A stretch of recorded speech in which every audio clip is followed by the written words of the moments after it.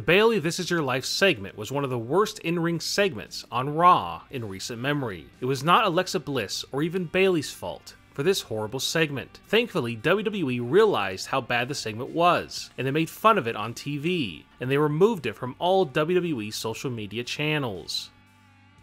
The Enzo Amore and Big Cass mystery storyline was very well done, but now that the storyline is over, and Big Cass was revealed as the mystery man, it's now clear the decision to break up Enzo and Cass was a bad one. Enzo Amore was demolished by Big Cass in their match at Great Balls of Fire, and Big Cass immediately went into a feud with the Big Show. WWE had something special with Enzo and Cass together, but they threw it all away. It's possible that Big Cass may become a big star from this breakup, but we will have to wait and see about that.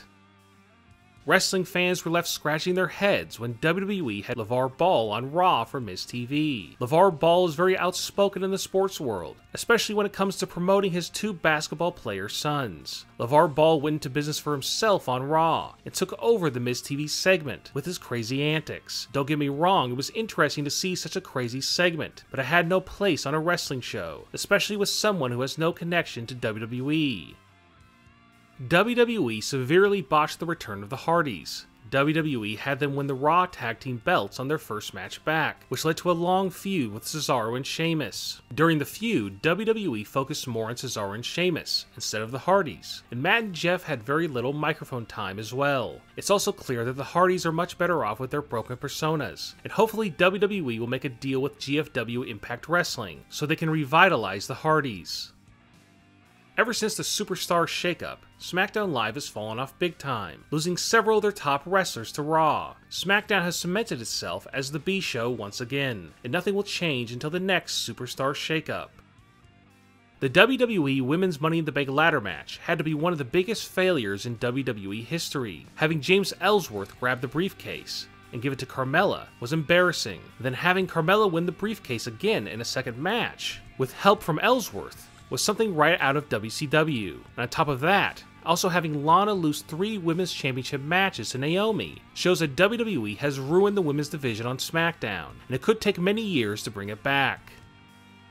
Finn Balor's return since his injury has been very lackluster. The only real feuds he's had have been with the Drifter Elias Sampson and Bray Wyatt, who has also lost his way, like Finn Balor. Most weeks he just comes out and wrestles random matches. WWE needs to find a stronger direction for Finn Balor so he doesn't get stuck in the mid-card.